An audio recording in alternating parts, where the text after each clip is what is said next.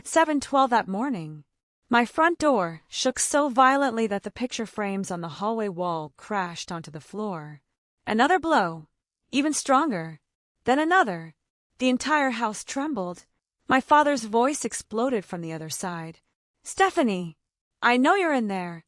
Open this damn door." I didn't move. I stood in complete silence, staring at the deadbolt I had installed less than 12 hours earlier. Another crash. Wood groaned. The hinges screamed. Then my mother's voice joined his. "Stop acting like a child. This belongs to the family. You can't keep hiding forever." My heart hammered against my ribs, not because I was afraid, because I had spent my entire life waiting for this exact moment. I slowly looked through the peephole. My father, Miles Boone, stood on my front porch gripping a heavy demolition mallet with both hands. His face was crimson.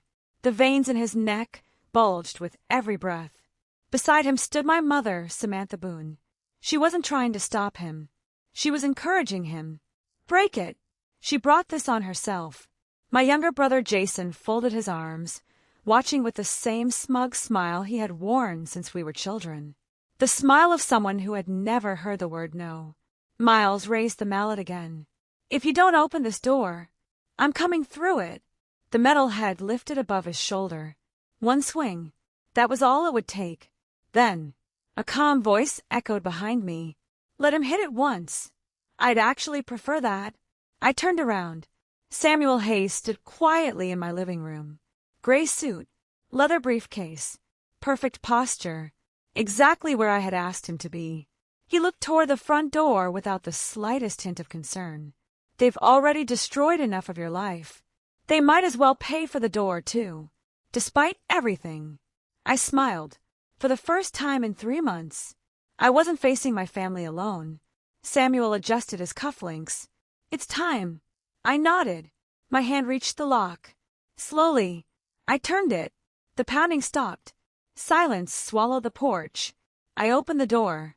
Miles still held the mallet in midair. Jason's grin disappeared instantly. Samantha's face lost every trace of color. None of them were looking at me. They were staring at the man standing beside me. Samuel calmly stepped forward. "Good morning, Mr. and Mrs. Boone. I believe you're about to make the biggest mistake of your lives." The mallet slipped from my father's hands. It hit the concrete with a deafening clang. Nobody spoke. Nobody moved. For just a few seconds, the 3 people who had spent 34 years making me feel powerless looked terrified, not because I had finally stood up to them, but because they realized I already knew everything. Welcome to Silent Grudge Stories, where family secrets finally come to light, and those everyone underestimated finally have a voice. Before I tell you what happened next, tell me in the comments what city you're watching from. I always love seeing how far these stories travel. And if you've ever wondered what happens when the person everyone underestimated finally stops staying silent, make sure to subscribe. Because this story is only beginning. 3 months earlier, if someone had told me my own father would one day try to break down my front door with a demolition mallet, I would have laughed. Not because Miles Boone was a kind man. He wasn't. But because I still believed there were lines that parents never crossed. I was wrong. By the time that morning arrived, they had already crossed every single one. The door was simply the last thing they had left to destroy. 3 months earlier, I was still trying to earn the love of people who had already decided I would never deserve it. Jason had always been the son worth celebrating. When he barely graduated high school, my parents threw him a backyard party with nearly 100 guests. When he quit his 3rd job in less than 2 years, my father called him a young man finding his path. When he crashed his 2nd truck after drinking, my mother blamed the weather. Every failure became an excuse. Every mistake became someone else's fault. Every consequence disappeared before it reached him. Me, I learned something very different. Straight A's weren't enough. Winning scholarships wasn't enough. Buying my first home without asking anyone for help wasn't enough. Building my own interior design business wasn't enough. Every accomplishment came with the same sentence. Imagine what you could have done if you were more like Jason. It didn't matter that Jason borrowed money from everyone he knew. It didn't matter that he never paid anyone back. It didn't matter that every business idea he touched collapsed within months. In our family, facts never mattered. Only favorites did, and Jason had always been theirs. I stopped trying to compete years ago. At least, I thought I had, until my grandfather died. Everything changed the day we buried him. Not because of his funeral, because of what my parents believed came after it. They thought they already owned everything. They just needed one final obstacle to get out of the way, me, and they were willing to destroy my entire life to make sure that happened.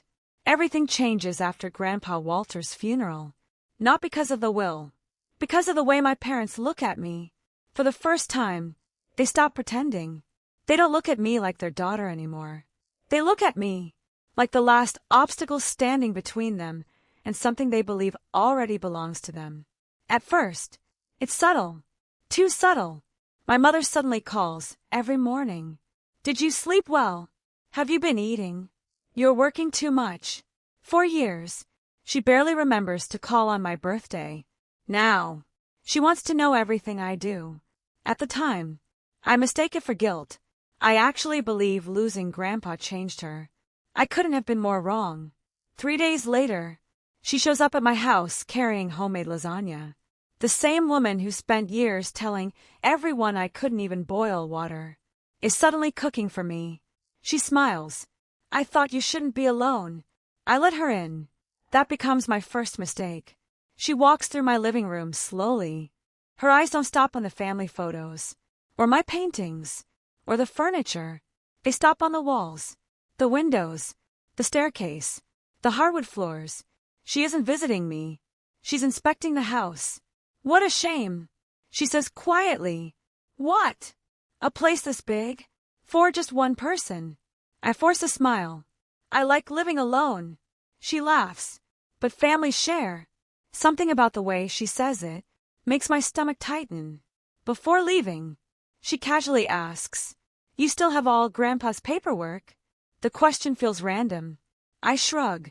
I haven't looked through everything yet. She nods too quickly. Oh, well, don't lose anything. Then she leaves. I stand at the doorway watching her drive away. For some reason, I don't feel loved. I feel evaluated. The next afternoon, Jason arrives. He doesn't knock.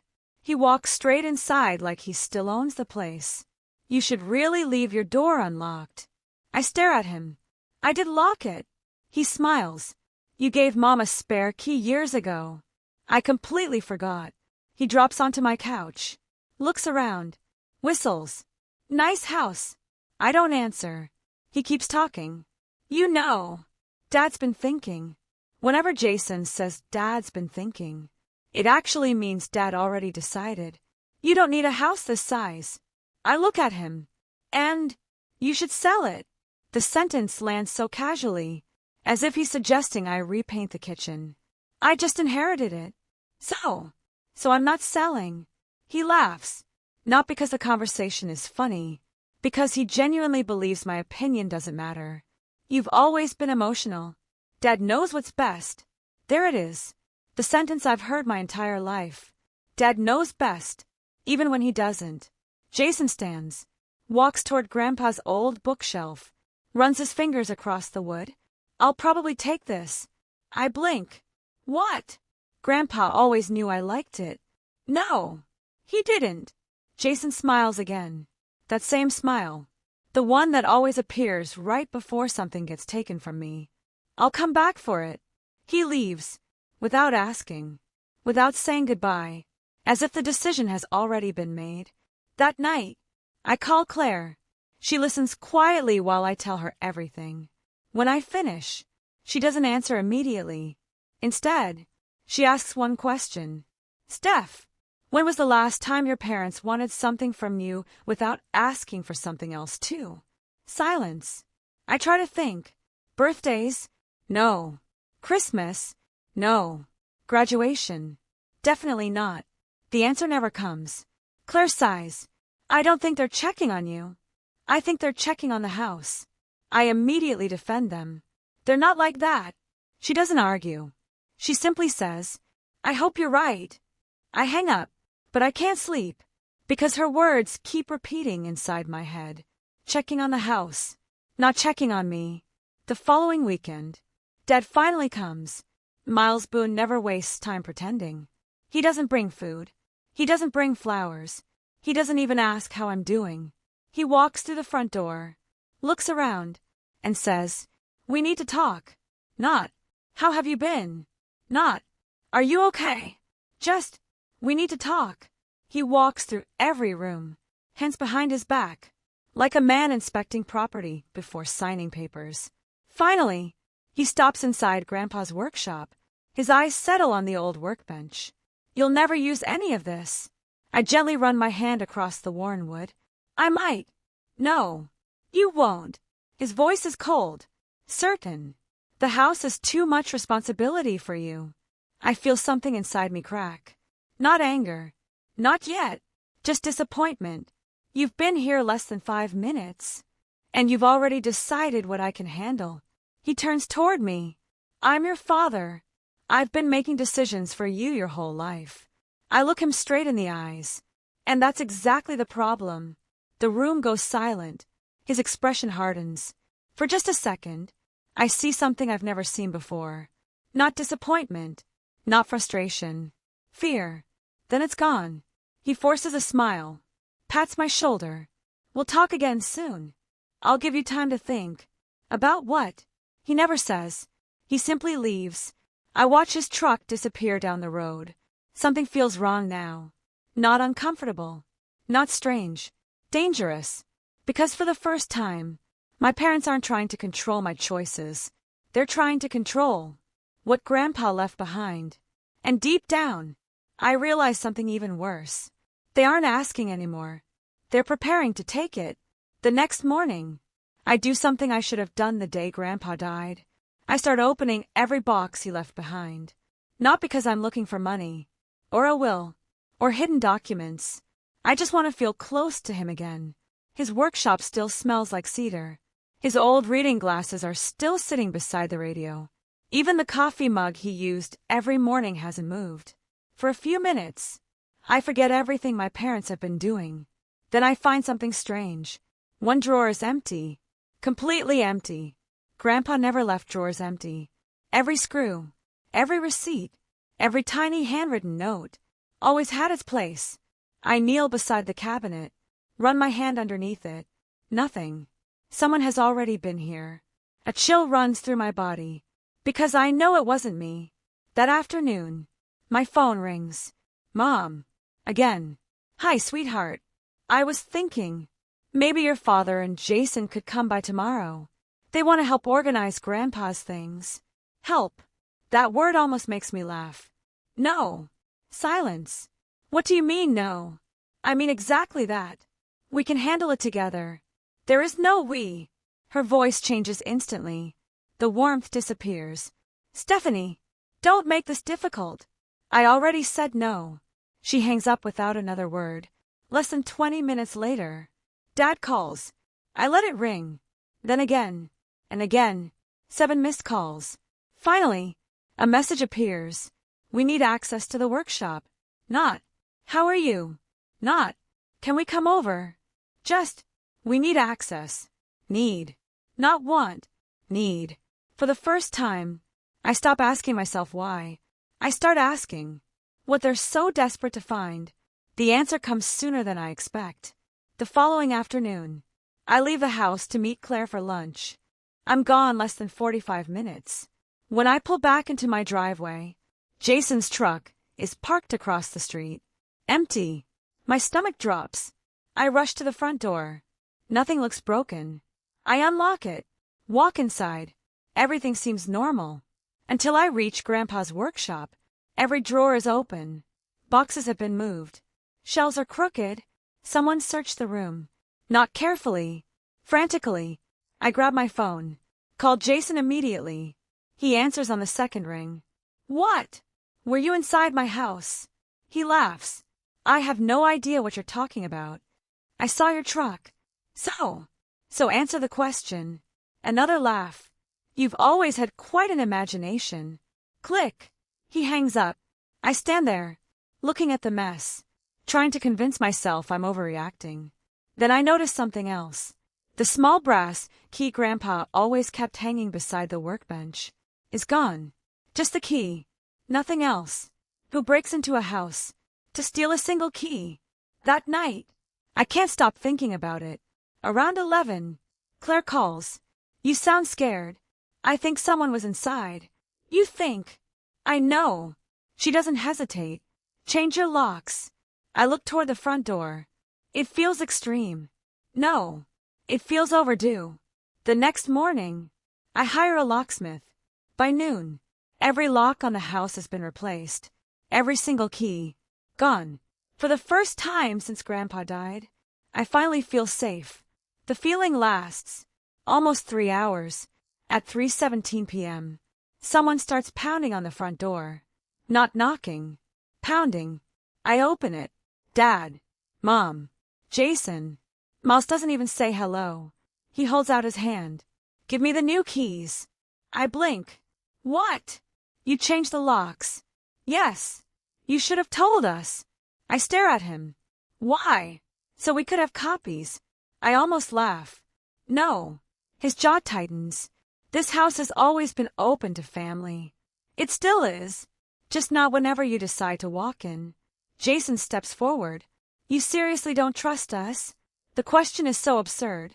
I don't even answer. Dad notices. His face darkens. So that's where we are now. You think we're thieves? No. I think someone entered my house yesterday. Nobody says a word. Not one of them asks, what was stolen?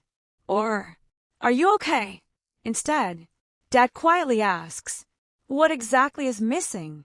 The question freezes me, because he already knows something is missing. He just wants to know whether I know too. I answer carefully. Nothing important. His shoulders relax, just enough for me to notice. Then he smiles. There you go. Probably just your imagination. He turns to leave. Jason follows. Mom lingers behind for a second. She gently touches my arm. Sweetheart, you've been under a lot of stress. Grief makes people paranoid. She smiles sadly. The perfect concerned mother. If I didn't know better, I would have believed her. They leave. I lock the door. Stand there, staring at the brand new deadbolt. Then I remember something Grandpa told me years ago. Steph, the moment someone works harder to convince you you're imagining things than they do to solve the problem, they're hiding something. I don't sleep that night. Instead, I make a list. Every strange conversation, every unexpected visit, every question about the house, every time Jason somehow knew where I was, every drawer that had been opened, every lie. When I finish, I realize something terrifying. None of it happened by accident.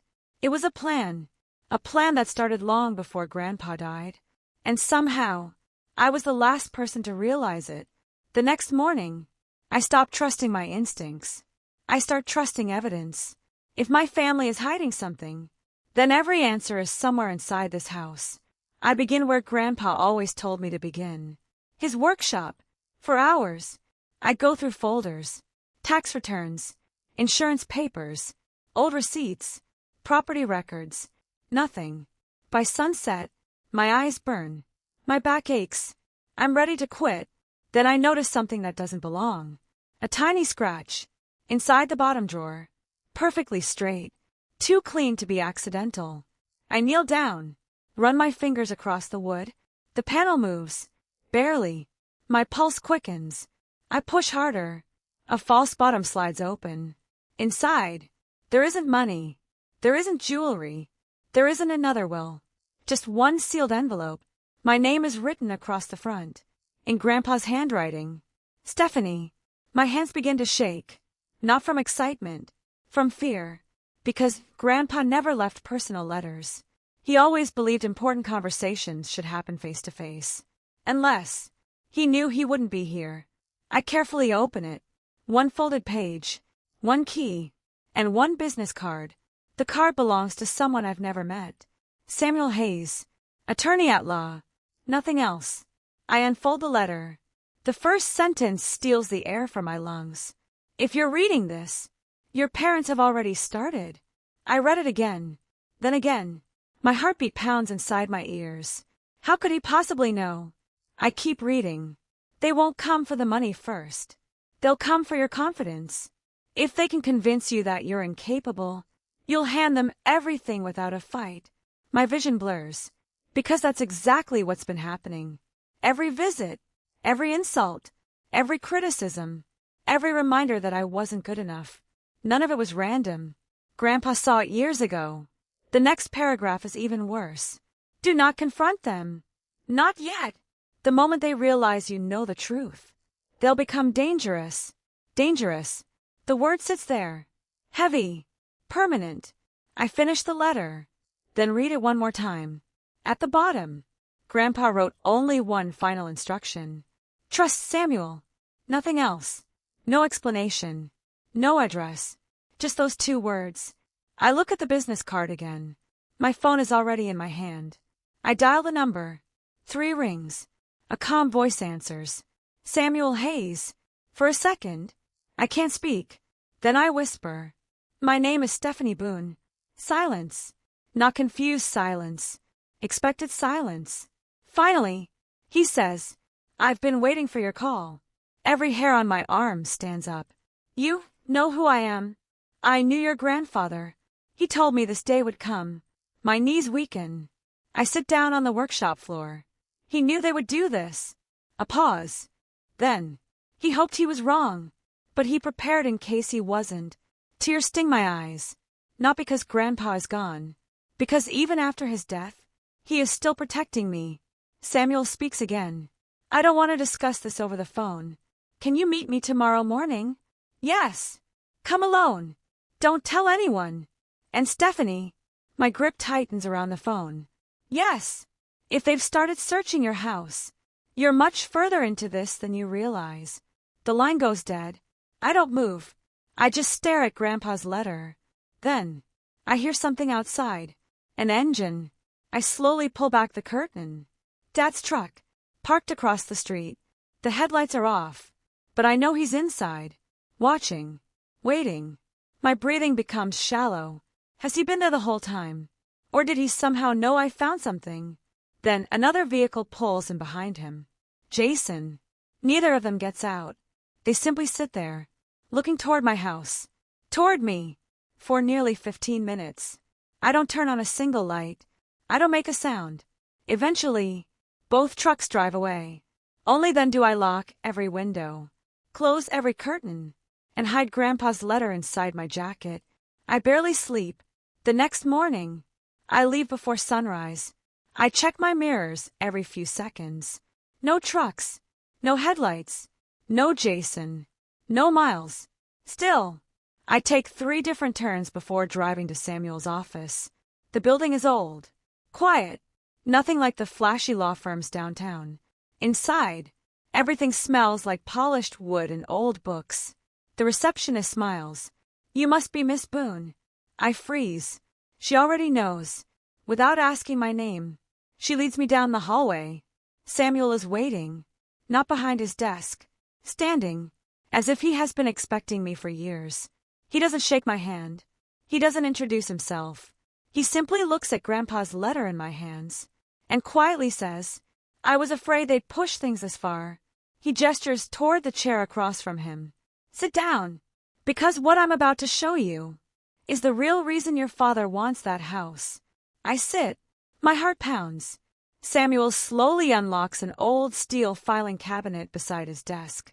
Then he removes a thick black folder. My grandfather's name is stamped across the front. He places it on the table, but instead of opening it immediately, he looks me straight in the eyes. His expression changes, becomes serious, almost urgent. Then he asks one question, a question that instantly tells me my life is about to become far more dangerous than I ever imagined. Stephanie, has anyone asked you to sign anything yet? I can't answer, not immediately, because the question itself tells me something is terribly wrong. Samuel doesn't repeat it. He simply waits. Finally, I nod. Yes. His face doesn't change. When? Yesterday. He slowly closes his eyes. What was it? I didn't sign. They said it was paperwork related to Grandpa's estate. He exhales, long, controlled. Then he quietly says, "Good." Because it wasn't. A chill crawls up my spine. Samuel opens the black folder. Inside, everything is organized with colored tabs, letters, property records, trust documents, handwritten notes, years of preparation. My grandfather hadn't simply planned his estate. He had prepared for a war. Samuel slides one document toward me. "Read this." I do. Halfway through the first page, my stomach drops. It's a petition, requesting that control of Grandpa's estate be transferred, because I am supposedly financially irresponsible. I stare at the words, unable to breathe. This isn't possible. It hasn't been filed. Samuel's voice remains calm. It's a draft your grandfather suspected someone would eventually prepare. I look up. "What do you mean?" He reaches into another folder, pulls out several handwritten pages. "Over the last 8 years, your grandfather documented every conversation that worried him." My throat tightens. 8 years. He began after noticing your parents trying to isolate you from every financial decision. My mind races. 8 years. This didn't begin after Grandpa died. It began while he was still alive. Samuel turns another page. He believed they wouldn't attack directly. They would slowly convince everyone, including you, that you couldn't manage your own life. Every insult, every joke, every time Dad called me naive, every time Mom laughed when I made a decision, every time Jason told me I wasn't smart enough. None of it was spontaneous. It was conditioning. Years of it, designed to make me doubt myself.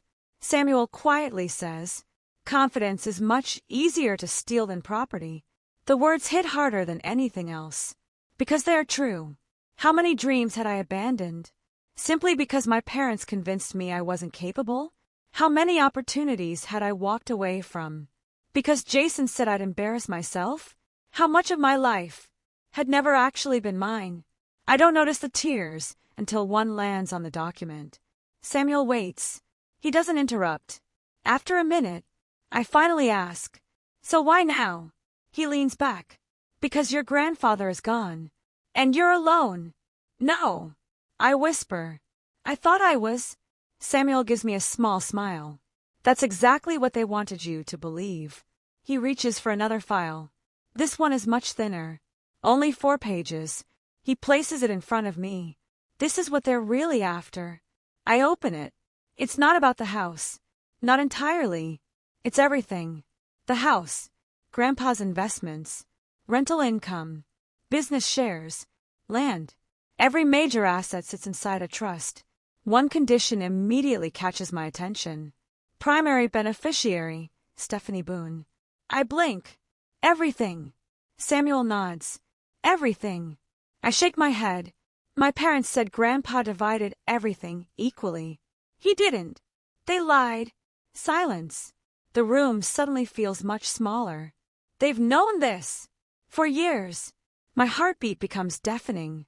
So all of this, the visits, the pressure, the guilt, the insults, the fake concern, Samuel finishes the sentence for me, was never about rebuilding your family.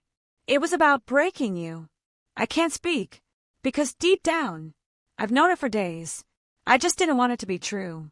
Samuel closes the folder. "Stephanie, listen carefully. They've already failed once." I look at him. "They couldn't manipulate your grandfather. So now, they're trying to manipulate you." I wipe my eyes. "What do I do?" He doesn't answer immediately. Instead, he stands, walks toward the office window, looks outside, then quietly says, "You let them believe it's working." I frown. "What?" "You don't fight. You don't argue. You don't accuse anyone. You become exactly what they expect. Confused, afraid, dependent." I stare at him. "You want me to pretend. I want you to survive." He walks back to the desk. "They're becoming reckless. Reckless people make mistakes. Mistakes create evidence." I slowly nod. For the first time, I understand. This isn't about proving they're bad people. It's about catching them in the act. Samuel opens a drawer, removes a small box, slides it across the desk. Inside is a tiny digital voice recorder.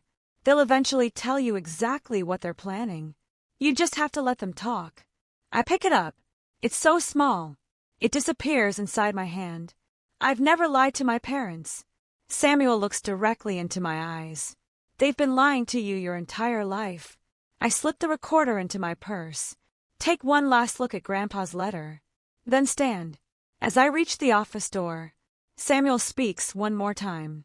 His voice is lower now, more serious. Stephanie. I turn around.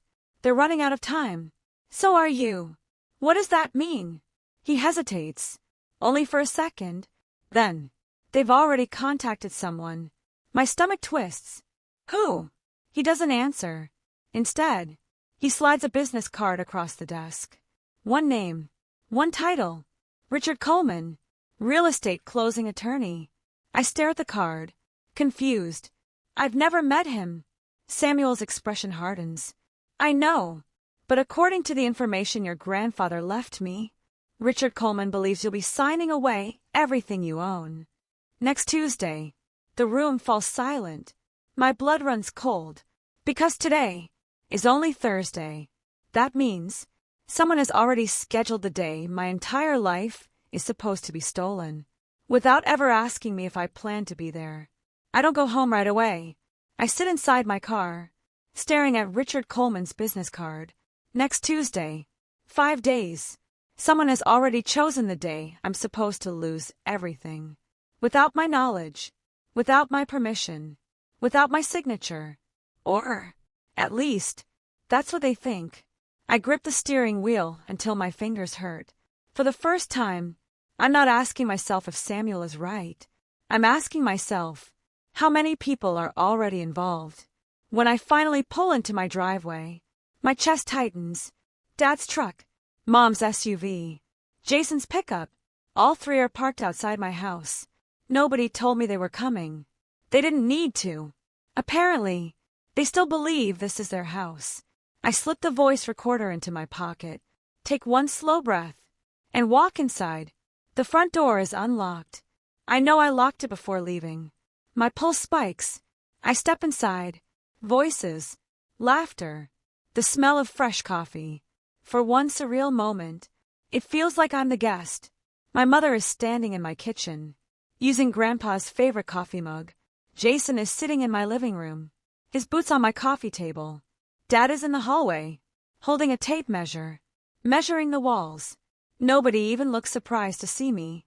Mom smiles. Oh good, you're home. I stare at her. How did you get inside? Jason answers before she can. You forgot to take back the garage remote. No, I didn't. I never gave him one. Which means someone kept a copy. My father continues measuring the hallway, without looking at me. This wall needs to come down. I blink. What? He points toward the dining room. Open concept. It'll increase the value. Value. Not comfort. Not memories. Value. This isn't your house to renovate. He finally turns toward me. No. It'll be our family's house. The sentence hangs in the air. Our family's house. Not your house. Never. Your house. Mine has never existed in their vocabulary. Jason laughs. You always take everything so personally. I don't answer. Because if I do, I'll stop acting. I'll ruin everything. Instead, I quietly ask, who told you that you could come in? Mom rolls her eyes. Stephanie, we're family. Families don't need permission. The recorder is still running inside my pocket. Every word, every sentence, every lie. Dad unfolds a set of blueprints across my dining table. Actual blueprints, prepared weeks ago. I stare at them. There are renovation notes, measurements, furniture layouts, even labels for bedrooms. Jason points toward the upstairs master suite. That'll be ours. Mine. He already calls it his. Mom points toward Grandpa's workshop. We'll probably convert that into a gym. Something inside me almost snaps. Grandpa spent 43 years inside that workshop. Every shelf, every tool, Every scratch on that floor exists because of him. And now, they're discussing turning it into a gym. Like his entire life is just wasted square footage. I force myself to stay calm. You're making plans for a house that doesn't belong to you. Dad doesn't even flinch. He simply smiles. It will. Not. Maybe. Not. Hopefully. Will. Absolute certainty. The certainty of someone who already believes the outcome is guaranteed. Then, Mom says something that freezes my blood. You'll understand after Tuesday. Nobody speaks. Not even Jason. My eyes slowly move toward her. What happens Tuesday? She immediately realizes she said too much. Her smile disappears. Dad answers before she can. Nothing. We're just talking. Liar. For the first time, I don't need Samuel to tell me they're hiding something. They're proving it themselves. Jason suddenly stands. Walks toward Grandpa's office. I immediately step in front of him. No. He raises an eyebrow. I'm just looking. No. His smile disappears. For the first time, the spoiled little brother I've known my entire life looks genuinely irritated. Dad walks over. Move. I don't. His voice becomes colder. I said move. I stay exactly where I am. Silence. The room suddenly feels smaller. He steps closer. So close. I can smell the coffee on his breath. When did you become so difficult? I look straight at him. The day I realized you never came here to see me. His jaw tightens. Mom quickly steps between us. Nobody wants to fight. She reaches for my arm. I instinctively pull away. Her expression changes instantly. The fake concern disappears. For 1 second, I see pure hatred. Then, it's gone again, covered by another smile. We're only trying to help. Help. That word again. Always help. Always family. Always sacrifice. Never permission. Never respect. Never love. Dad folds the blueprints. Looks around one final time. Then says quietly, "You still have until Tuesday." I don't respond. He walks toward the front door. Jason follows. Mom is the last one to leave. Before stepping outside, she turns around, looks directly into my eyes, then says the sentence that keeps me awake all night. "You'll sign eventually. You always do what your father tells you." The door closes. Silence. Complete silence. I don't move for almost a minute. Then, I lock every door, every window. I pull every curtain shut. Only then do I take the recorder out of my pocket. My hands are shaking. I press play. Dad's voice fills the room. "It'll be our family's house. Jason, that'll be ours. Mom, you'll understand after Tuesday." Every word, perfectly clear. For the first time, I have proof. Not enough to stop them, but enough to know I was never imagining any of it. I immediately call Samuel. He answers after one ring. "I have recordings." He stays silent, then quietly asks, "Did they mention Tuesday?" "Yes." Another pause, longer this time. When he finally speaks, his voice is completely different. Urgent. "Stephanie, I need you to leave that house." My heartbeat stops. "What?" "Right now. Don't pack. Don't argue. Just leave." Fear floods my body. "What happened?" Samuel doesn't answer immediately. When he finally does, his next sentence changes everything. "They're no longer trying to make you sign the papers. They're getting ready to prove you were never capable of refusing them in the first place." I don't ask another question. I hang up, exactly like Samuel told me to. For the first time in my life, I stop trying to understand my parents. I start treating them like a threat. I grab my purse, Grandpa's letter, the black folder Samuel copied for me, the recorder, nothing else. Everything I own can stay behind. If Samuel sounds that frightened, none of it matters. I step outside, lock the front door, then freeze. Jason's truck is parked at the end of the street, engine running. He isn't hiding anymore. He's waiting, watching. The moment he notices me, he picks up his phone. Seconds later, Dad's truck pulls around the corner. Then Mom's SUV. 3 vehicles, 3 directions, blocking every easy exit. My heartbeat pounds so hard, I can barely hear the engines. I don't run. Running tells predators you're afraid. Instead, I calmly walk to my car. Unlock it. Get inside. Lock the doors. Dad parks directly in front of me. Jason parks behind me. Mom stops beside the driver's window. I'm trapped.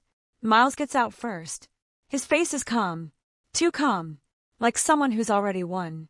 He walks to my window. Knocks twice. I lower it only an inch. We need to talk. We already did. No. We really need to talk. His voice isn't angry anymore. It's controlled. Calculated. That scares me more. I have somewhere to be. I know. His answer catches me off guard. You were with Samuel Hayes. Every muscle in my body tightens. How? Nobody was supposed to know. Dad smiles. You should have picked a lawyer nobody recognized. Behind him, Jason is grinning again. Not the smug grin from before. A relieved grin. The grin of someone who thinks the plan is back on track. Mom steps closer. Her voice is soft, almost gentle. Sweetheart, we're worried about you. There it is. The sentence. Samuel warned me. I say nothing. She continues. You've been confused ever since Dad passed. I blink. What? Grandpa. She corrects herself immediately. But it's too late. She isn't grieving. She's performing. Dad sighs dramatically. You've been imagining people breaking into your house. You've accused Jason. You've isolated yourself. You've changed all the locks. You've stopped trusting your own family. Each sentence sounds strangely rehearsed. Like he's reading from a script. Then, he pulls a folded document from his jacket. I don't want this. But you've left us no choice. He unfolds the paper.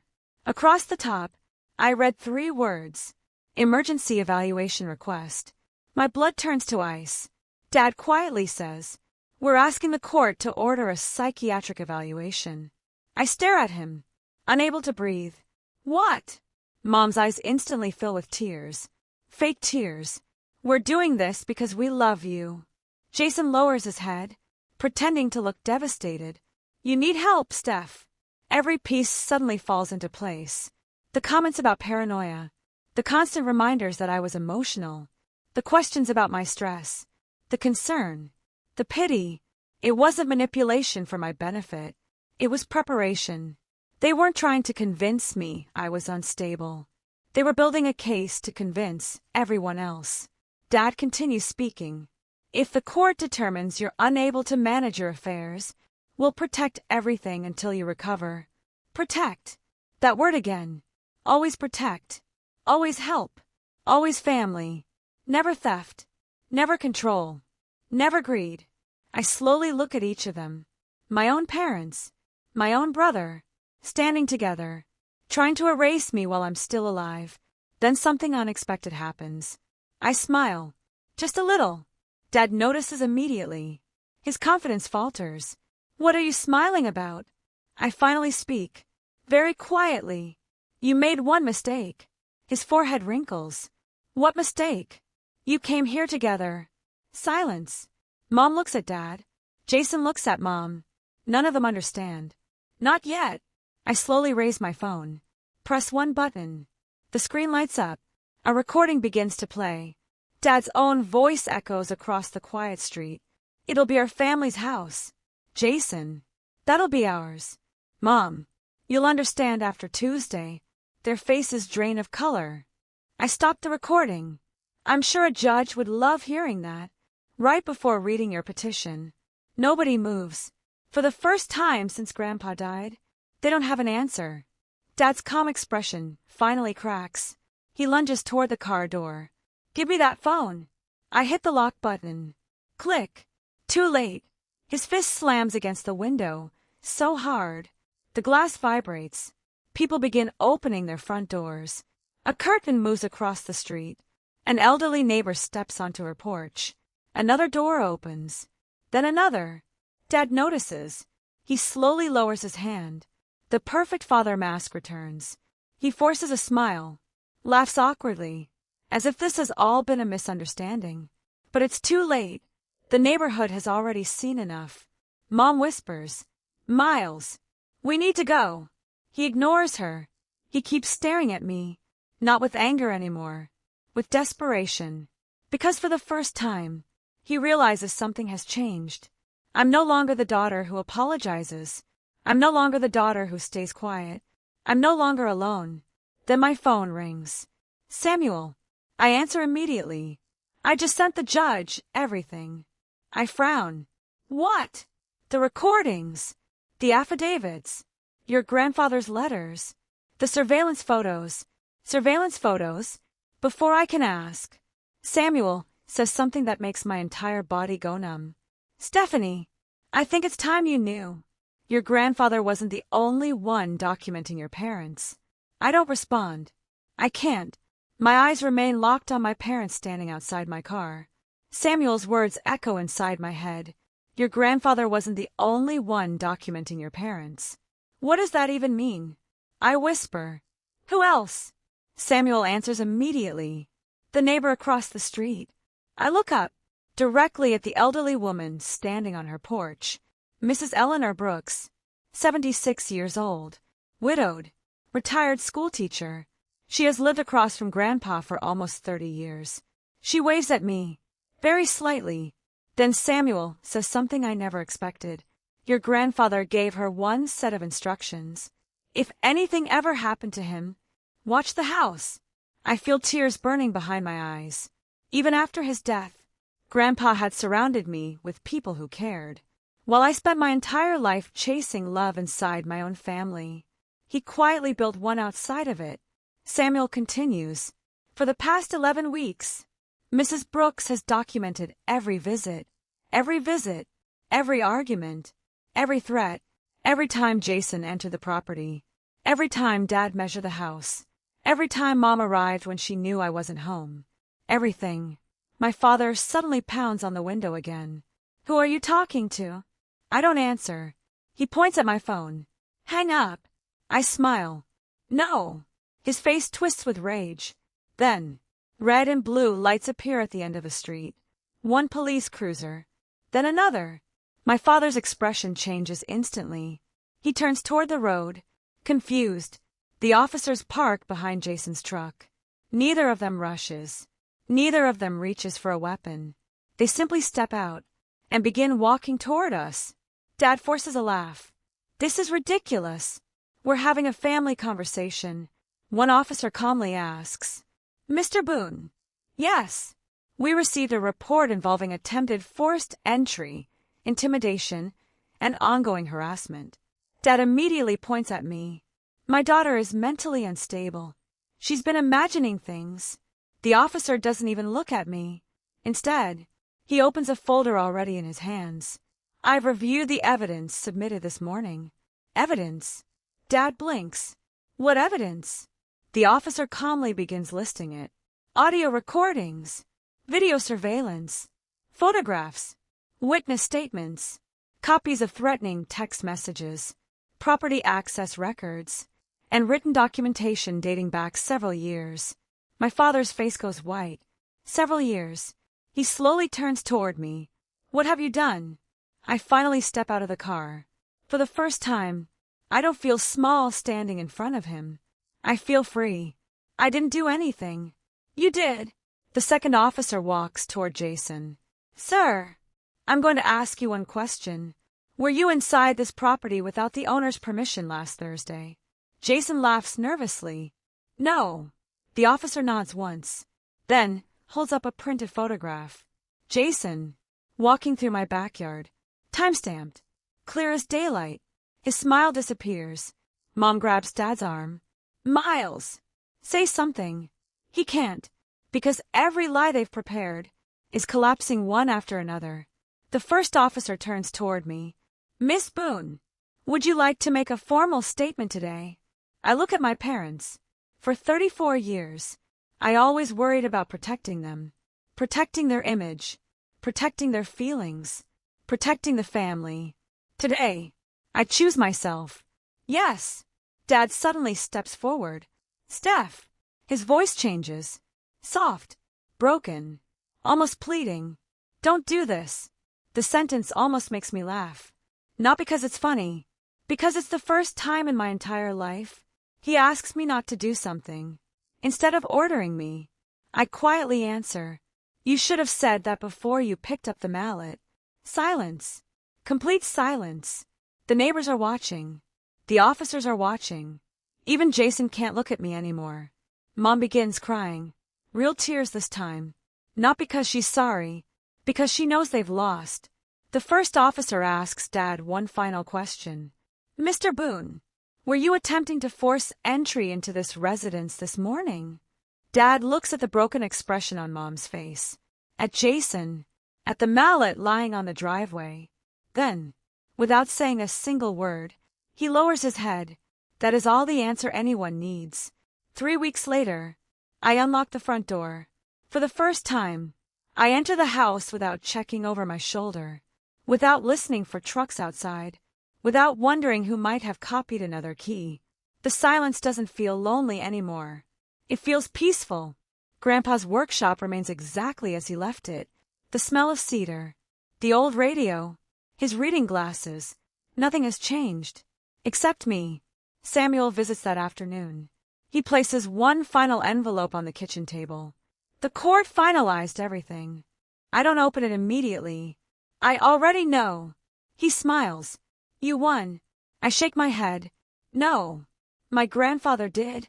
He protected me long before I knew I needed protecting. Samuel nods. He always believed one thing. What? That one day, the granddaughter everyone underestimated would finally stop asking for permission to exist. After he leaves, I walk to the front porch. The front door has already been repaired. Only one thing remains from that morning. The demolition mallet. The police released it after the investigation closed. I never threw it away.